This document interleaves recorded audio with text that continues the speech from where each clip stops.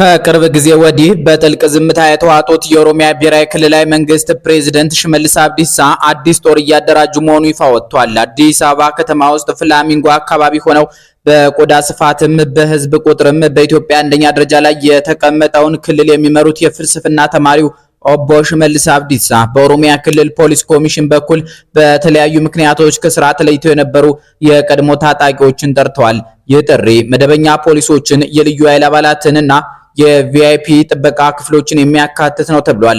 ምዝገባውን በአንድ ሳምንት ጊዜ ውስጥ መጠናቀቅ እንዳለበት ታውቋል። ከዚህ በተጨማሪ ከአሁን በፊት በመከላከያ ሰራዊት ውስጥ ይሰሩ የነበሩ የሰራዊት አባላት ተመልሰው ለማገልገል ፈቃደኛ ከሆኑ የሽመልስ አብዲሳ ጥሪ አካል መሆናቸው ተነግሯቸዋል። እዚህ ላይ የቀድሞ የመከላከያ ሰራዊት አባላት ሲባል ከቀዳማዊ ኃይለ ሥላሴ እስከ ኢህአዴግ ዘመን በዘለቀችው ኢትዮጵያ የነበሩ እንደሚሆኑ ይገመታል። በተለይ ኤርትራ ከኢትዮጵያ አትገነጠልም ብለው ለ30 ዓመታት ከናቅፋ እስከ አልጌና ከአፋበት እስከ ከርከበት የተንከራተቱ የንጉሱና የደርግ መከላከያ አባላት ይህንን የሽመልስ አብዲሳ ጥሪ በደስታ ሊቀበሉት እንደሚችሉ ይታመናል። እኒህን የቀድሞ ሰራዊት አባላት ልክ ኢህአዴግ ኢትዮጵያን ሲቆጣጠር ከሚወዷት ሀገራቸው ጦር ውስጥ ነጥሎ ያባረራቸው አምርረው በሚጠሏቸው የኢሳያስ አፈወርቂ አብርሃ ሴራ መሆኑን የህወሓቱ የረጅም ጊዜ ታጋይ ገብሩ አስራት ሉዓላዊነትና ዲሞክራሲ በኢትዮጵያ በተባለው መጽሐፋቸው አጋልጧል። ሽመልስ አብዲሳ ለእኒህ ተሳዳጅ ወታደሮች ቢያንስ ቀይ ባህርን አስመልክተው ባደረጉት ንግግር ሊወደዱ ይችላሉ። ሽመልስ አብዲሳ በአንድ ወቅት ቀይ ባህርን የኢትዮጵያ የተፈጥሮ ድንበር ነው እያሉ ለተፋለሙት የቀድሞ የኢትዮጵያ መከላከያ ሰራዊት አባላት ጆሮ በሚጣፍጥ መልኩ ቀጣይ ዓመት ኢሬቻን ቀይ ባህር እናከብራለን ማለታቸው ይታወሳል። ፕሬዝደንቱ እንዲያካሉ ወዲህ ብዙ ኢሬቻዎች ከሆራ አርሰዴና ሆራ ፊንፊኔ ውጭ መከበር ባይችሉም ተምኔታቸው ግን ከኢትዮጵያ መሪዎች ሁሉ ቀደም ያለና ደፋር ስለነበረ ተከብረሽ ኖርሽው በአባቶቻችን ደም ኢትዮጵያ ሀገራችን የደፈረሽው ደም እያሉ በኢትዮጵያ ስም ለሚምሉ ወታደሮች ልብ የሚያሞቅ ነው።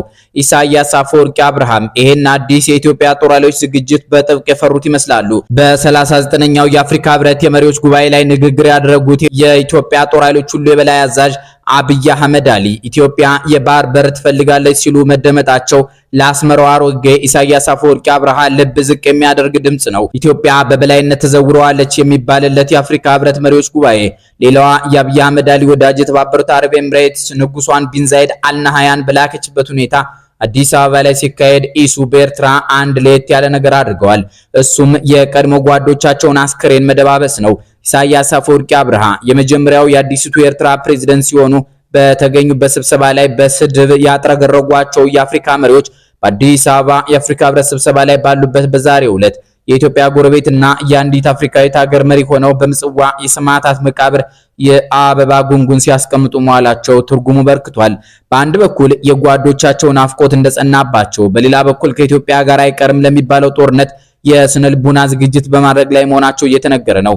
ከዓመታት ጠብ፣ ደም አፋሳሽ ጦርነትና ኤርትራን ባለችበት ቆማ እንድትቀር ካደረገ የዲፕሎማሲ ሴራ በኋላ ከሻዕቢያ ጋር የተጻመደው ህወሓት ከሰሞኑ ለጦርነት እየተዘጋጀ መሆኑን የሚያሳዩ መረጃዎች በርክተዋል። የ51 ዓመቱ ጎልማሳ ድርጅት ህወሓት ከፍተኛ አመራሮች ወደ ወረዳዎች ተበትነው በጦርነት ውስጥ እንዲሳተፉ መታዘዛቸው ተገልጿል። እያንዳንዱ ዞን፣ ወረዳና ቀበሌ እህል፣ ኮቾሮና ሌሎችም የጦርነት ጊዜ ስንቆች ለማዘጋጀት የሎጂስቲክስ ማዕከል መፍጠር እንዳለበት ተነግሮታል ተብሏል።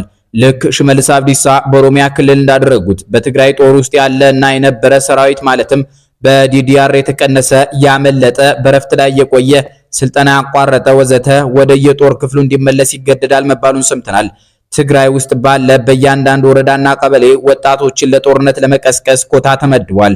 ሁሉም የመንግስት ሰራተኞች በጦርነት ጉዳት በደረሰባቸው ተጋሮች ስም ለሕክምና 50 በመቶ ደሞዛቸው እንዲለግሱ ታዘዋል። በዚህ የተነሳ ጦርነቱ የጊዜ ጉዳይ እንጂ አይቀርም እየተባለ ይገኛል።